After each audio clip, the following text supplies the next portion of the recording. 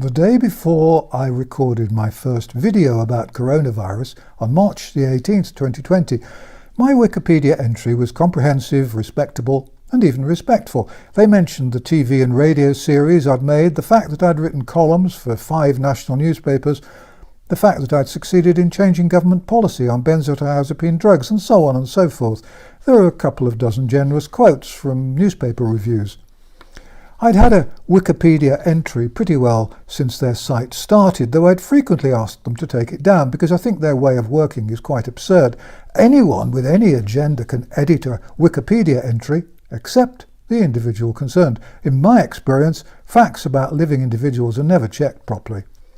The day after I recorded that video, my Wikipedia entry was changed dramatically. I don't know what it looks like now because I never use Wikipedia anymore, but all the interesting stuff had been removed and replaced with some very dubious stuff, including the allegation that I'd been banned by an organisation called the Advertising Standards Authority, the ASA. Now, I don't know if it still exists, but the ASA was a private organisation, funded, I think, largely by big advertisers, which can't ban anyone from anything, though it does, I think, like to pretend it can. I remember the ASA had itself been reported to the Office of Fair Trading and had about as much power to ban anything as your local window cleaner. One of the main complaints in the new Wikipedia was that I'd been disciplined by the ASA for a claim about a food causing cancer. I remember this well. One of my books, Food for Thought, contained a section proving the link between meat and cancer. A representative of the meat trade made a complaint to the Advertising Standards Authority and they wrote to me. In reply, I sent them details of 26 scientific papers from reputable journals which proved my claim. The ASA wrote back to say that they did not look at scientific references. They then proceeded to find for the complainant and announce that they were banning me from whatever they thought they could ban me from. This was so laughable that I ignored it. I also ignored it when the Press Complaints Commission did exactly the same thing. There's a summary of the evidence I tried to submit to both organisations on my website, headed Meat Causes Cancer, the Proof. Wikipedia editors searching for ways to demonise me dug these decades-old judgments, presumably from page 738 of a search engine, and stuck them and similar nonsenses on my Wikipedia page. I've written about these absurdities several times, and I believe that Wikipedia knows that these claims are absurd, but to them they served a purpose, because what Wikipedia was doing was demonising or monstering me in an attempt to persuade users of the Wikipedia site that I was untrustworthy. This is by no means the first time this has happened to me. Indeed, it's happened scores of times over the years, and it is, I fear, the price anyone has to pay if they want to oppose dishonesty, corruption and deceit. Wikipedia was using a well-known technique called controlled opposition, or opposition research, or organised opposition. It's a military trick which has for years been used widely in politics. When members of one party want to demonise the opposition, you simply go through an individual's life history looking for events which can be criticised. The Wikipedia editors know that the individual concerned can't correct anything on a site which bears their name. The bottom line, of course, is that if you can't trust one Wikipedia site, then you can't trust any of them. I no longer use Wikipedia as a reference source. I'm not, by the way, the first person to realise that Wikipedia is suspect. There have been a number of accusations that intelligence officers are editing Wikipedia sites. It isn't just Wikipedia doing the monstering, of course. The Bangkok Post, a publication which I didn't even know existed, published an article about me, without bothering to get in touch, of course, which tried to demonise me by claiming that my arguments about AIDS were wrong. In the last century, I had produced evidence proving that AIDS was not going to kill us all, though the establishment line was that it was. And the Bangkok Post journalist tried to rubbish my argument by claiming that the rate of HIV diagnoses in the US in 2018 was 24%. This is perhaps one of the most absurd claims I've seen anywhere. According to the CDC in the United States, a total of 1.2 million people in the United States have HIV. Since the population of America is currently over 300 million, that means that the rate is not 24% among heterosexuals, as claimed by the Bangkok Post, but about a third of 1%. Personally, I think that if the Bangkok Post had any self-respect, they'd withdraw the article and send the writer back to school, but I doubt if they'll do either. He also claims, by the way, that you can buy my books from my website, as though this is a bad thing, but you can't, I'm afraid. I'm not the only person whose reputation has been wounded in this war. The BBC has inevitably been outrageous. A rally was held in Trafalgar Square on the 29th of August, and well-qualified scientists, including Professor Dolores Cahill, Dr. Kevin Corbett and Dr. Mohammed Adil, and the magnificent and seemingly tireless astrophysicist Piers Corbyn, spoke to tens of thousands. At 17:17 on Saturday afternoon, someone called Mariana Spring, described as a specialist disinformation and social media reporter, wrote what I regard as one of the most disgracefully biased news reports I've ever seen. She claimed on the BBC website, in an article headed "Conspiracy Theories Touted in Trafalgar Square," that although some protesters had held placards featuring false claims, I'm not sure that making a judgment about the accuracy or not of a claim is within her capabilities or her remit. Worst of all, however, she wrote that, quotes, "various pseudoscientists who have spread disinformation online about coronavirus were also scheduled to speak at the London demonstration," close quotes. I think that was one of the most libelous pieces of writing I've ever seen. I hope the scientists who were present all sue the BBC and demand massive damages. And I beg everyone watching or reading this to make a formal complaint to the BBC. Just go to their website and then to the complaints section. The BBC must be taught a lesson. They and the rest of the media are a weak point in this war. When the government stops giving them money, taxpayers' money, they're all going to need our support. I could give many examples of deceit, misreporting and plain dishonesty. When Piers Corbyn appeared on an ITV morning show, he was attacked by 3 presenters and a weather girl who holds a world record for folding pancakes.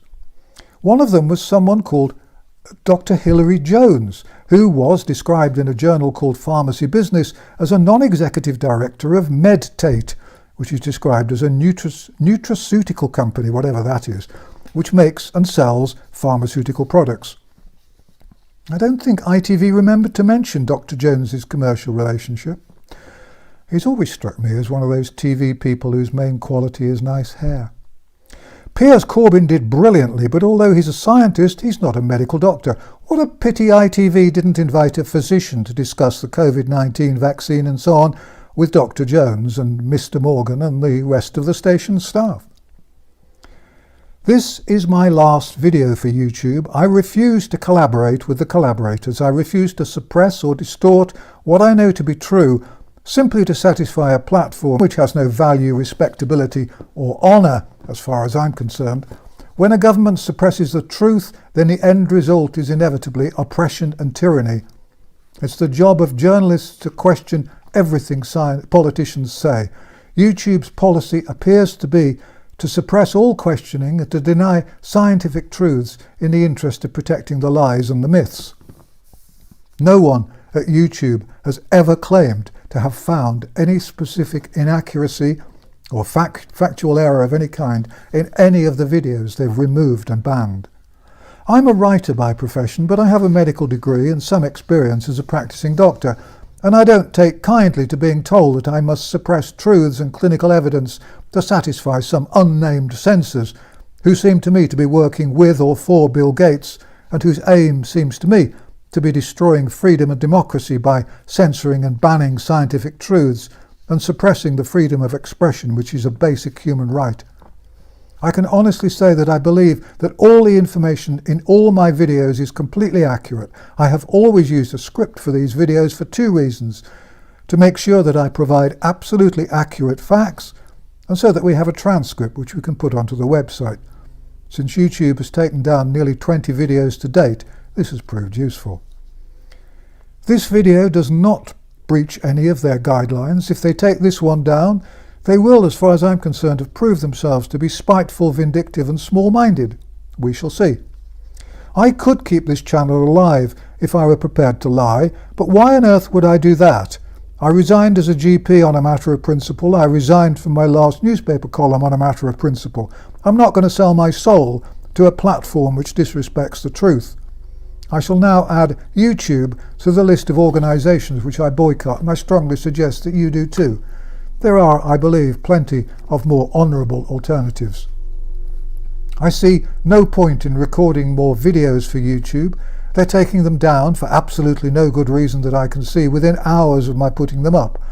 My videos take much time and effort to research, write and check, and it's frustrating and disappointing to see them being banned for what I think are political reasons. It's modern day book burning. YouTube is no longer a reputable site. Its commercially inspired intolerance is unacceptable. I described my views on freedom in an early video entitled Coronavirus, Why Did YouTube Ban My Video?, which they took down and then put back up, perhaps because they felt embarrassed. I'm sad about this, and I suspect that the opposition, the fans of Bill Gates, the 21st century would-be slave owners, will regard this as a victory for them. They would be mistaken to think that. I've been fighting lies and injustices for well over half a century, and I'm not going away. I'm regrouping, looking for more favourable ground to continue the fight. For the time being, I'm moving over to my own website where nothing is ever censored. At the moment, we don't have the facility to put up videos, but we'll continue to put up new articles every Wednesday and Sunday, and at other times too. And we're going to put up more leaflets that can be printed out and distributed. My wife, who's always been in charge of research, editing and production, and reining me in when I seem about to get carried away, will choose the appropriate platform. We're both driven by the need to help those who can't help themselves, especially children, the old, the disabled and the mentally ill. But our new video site will be somewhere we can control. It might take a while because I'm never again going to be in a position where anyone can censor or ban what I've recorded. Finally, since no one in the government has accepted my challenge to debate the COVID-19 vaccine live on television, and through simple cowardice they're clearly not likely to now, I have another challenge for them. I am prepared to bet Dr. Whitty or Dr. Fauci £100,000 that they cannot provide independent clinical evidence proving beyond doubt that the COVID-19 vaccine and the newly promoted flu vaccine will be 100% effective and 100% safe, not just now but in the long term. If they have the courage to take on the bet, I will share my winnings with groups and websites campaigning for the truth. If they won't take on the bet, then we will know that they believe that any new COVID-19 vaccine will not be 100% effective or 100% safe in the short and long term. Let's put a finish date of 31st of December 2020 for the bet. Thank you again for watching the videos. Thank you for sharing them on brand YouTube and BitChute and wherever else. Please share this one too, and thank you again for your support. I'm sorry I can't reply to messages, but we get many thousands a week, and I worked out the other day that if I replied to them all, I'd need 48-hour days and there'd be no time for anything else whatsoever, not even sleeping. So please forgive me. Distrust the government, avoid mass media, and fight the lies. Please remember that although you may sometimes feel that you're alone, you're not. More and more people are waking up, and we will win this war. And so, au revoir from an old man in a chair. I'll be back, but not on YouTube.